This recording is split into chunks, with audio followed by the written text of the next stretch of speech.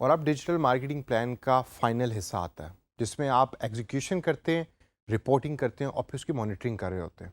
ये पार्ट बड़ा इंपॉर्टेंट है जब आपकी स्ट्रेटजी और टैक्टिकल प्लान इंप्लीमेंट हो चुका है, क्योंकि इसकी बेस के ऊपर आप इम्प्रूवमेंट देख रहे होते हैं। और ये इम्प्रूवमेंट का जो मैकेनिज्म है ये आपने प्लान को इम्प्लीमेंट करने से पहले क्लाइंट को बताना होता है, तभी डिजिटल मार्केटिंग प्लान का ये आखिरी हिस्सा है। ये स्टार्ट होता है पोस्टिंग से, यानी कि पोस्टिंग किस तरीके से होगी, कितने बजे होगी, उसका पूरा प्लान क्या होगा। ये पोस्टिंग कैलेंडर से मिलता जुलता है कि जो आपने कंटेंट स्ट्रेटजी के पोर्शन में भी डाला है। पोस्टिंग के बाद अगली जो स्टेप है वो आता है रिपोर्टिंग का। रिपोर्टिंग में मुराद ये होती है कि जब आपने एक चीज़ को पोस्ट कर दिया, अब उसके ऊपर जो डिफरेंट डाटा इंडिकेटर्स हैं वो क्या रिपोर्टिंग दे रहे हैं, क्या क्या चीज़ें ऐसी हैं कि जिनको आप मेजर कर सकते हैं। आपको डाटा एनालिटिक्स का पोर्शन याद है कि जो हमने गूगल में भी देखा था और हमने फेसबुक के भी सॉफ्टवेयर के अंदर पढ़ा था। वही काम आप रिपोर्टिंग के अंदर कर रहे होते हैं। आप डेली बेसिस पे, आर्ली बेसिस के ऊपर डाटे को लेकर रिपोर्ट कर रहे होते हैं कि मेरी साइट के ऊपर फॉर एग्जांपल इतनी एक्टिविटी रही, कल इतने लोग आए थे, आज इतने लोग आए, कल इतने लोगों ने कमेंट्स किए थे, आज इतने लोगों ने कमेंट्स किए। रिपोर्टिंग के बाद अगला पोर्शन है मॉनिटरिंग का। फॉर एग्जांपल मॉनिटरिंग के अंदर आप एज ए पुलिस मैन ये देख रहे होते हैं कि जो ऑब्जेक्टिव्स आपने स्टार्ट में सेट किए थे क्या वो अचीव भी हो पा रहे हैं या नहीं हो पा रहे, आपके कंटेंट की बेस के ऊपर।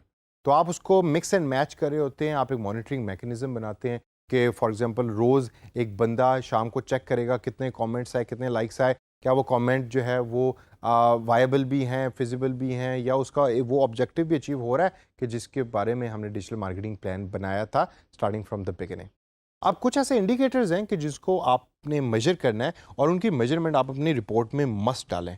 और जब क्लाइंट ये देखेगा कि आप इन इंडिकेटर्स की बेस के ऊपर मॉनिटरिंग कर रहे हैं, तो आई एम प्रीटी श्योर कि the client is going to be very happy. सबसे पहला है साइट एक्टिविटी।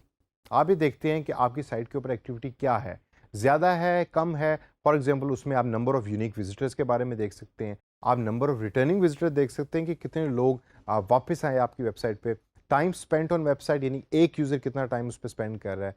नेविगेशन पाथ क्या है, कौन से पेज से शुरू हुआ और किस पेज के ऊपर उसने अपनी जो पूरी नेविगेशन है उसको ख़त्म किया। एग्ज़िट रेट कितना है, कितने लोग आपकी वेबसाइट को छोड़ गए हैं। और लीड जनरेशन रेट कितना है। लीड जनरेशन मतलब है कि एक्चुअल सेलिंग क्या हो रही है, कितने लोग फॉर्म फिल कर रहे हैं, कितने लोग परचेज़ कर रहे हैं, कितने लोग आपका कंटेंट पढ़ रहे हैं। ये है सारी साइट एक्टिविटी। और ये जो तमाम पॉइंट्स जो मैंने आपको अभी बताए हैं, ये एक मैट्रिक्स बनाता है। तो आप अपनी जो डिजिटल मार्केटिंग की रिपोर्ट है, उसमें आपने एक मैट्रिक्स बनाना है। मैट्रिक्स मीन्स एक टेबल। लेफ्ट साइड पे ये पॉइंट्स होंगे, राइट साइड के ऊपर आप उसकी जस्टिफिकेशन डाटा की बेस पे दे रहे होंगे। फिर अगला पॉइंट आता है सेल्स एंड रेवेन्यू का, यानी कि साइट एक्टिविटी के बाद अब आप देखते हैं कि सेल्स और रेवेन्यू कितना जनरेट कर रहा है आपका ऑनलाइन ये डिजिटल मार्केटिंग प्लान जो आपने बना के दिया क्लाइंट को। उसमें आप रेवेन्यू पर कस्टमर के बारे में बात करते हैं, उसमें आप टोटल रेवेन्यू देखते हैं, टोटल सेल्स को देखते हैं, कन्वर्जन और रिस्पॉन्स रेट को देखते हैं, और रेवेन्यू पर चैनल भी देख रहे होते हैं, यानी फेसबुक के थ्रू इतना रेवेन्यू और गूगल एडवर्ड्स के थ्रू इतना रेवेन्यू हमने जनरेट किया।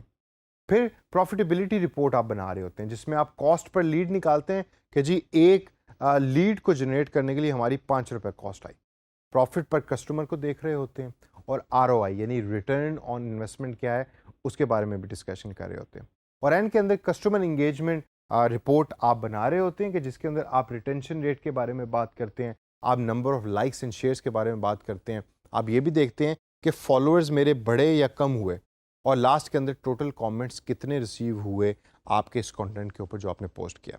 अभी जो पॉइंट्स मैंने आपको बताए हैं इन तीन चीज़ों के हेड के अंदर, ये तमाम वो पॉइंट्स हैं कि जो आपने यूज़ करने हैं अपने डिजिटल मार्केटिंग प्लान के एंड के अंदर। और जब आप ये तमाम पॉइंट्स यूज़ कर लेंगे तो इवेंचुअल गोल जो एक डिजिटल मार्केटिंग प्लान का होता है वो होता है ब्रांड रेपुटेशन। और अगर ब्रांड रेपुटेशन को आप मेजरमेंट की तरफ लेके जाएं, जो एक बड़ा इंपॉर्टेंट इंडिकेटर भी है, तो उसमें जो सी चीज़ें यूज़ होंगी उसमें टॉप पे आप मार्केट शेयर देखेंगे, सेकंड नंबर के ऊपर सर्च इंजन रैंकिंग देख रहे होंगे कि आपकी वो तमाम एक्टिविटी क्या सर्च इंजन रैंकिंग के अंदर भी अपीयर हो रही है कि नहीं हो रही। पॉजिटिव और नेगेटिव कंटेंट्स का मिक्सचर देखेंगे कि कंटेंट जो कमेंट्स आ रहा है कंटेंट के ऊपर वो पॉजिटिव आ रहे हैं कि नेगेटिव आ रहे हैं। और लास्ट के अंदर मीडिया ऑडिट भी आप कर रहे होंगे कि जो मीडिया आपने यूज़ किया क्या वो रेलेवेंट था और ब्रांड रेपुटेशन उसकी बेस पे बढ़ी या नहीं बढ़ी। और यहाँ आप डिजिटल मार्केटिंग प्लान का जो डॉक्यूमेंट है वो फिनिश कर देंगे और एंड कर देंगे।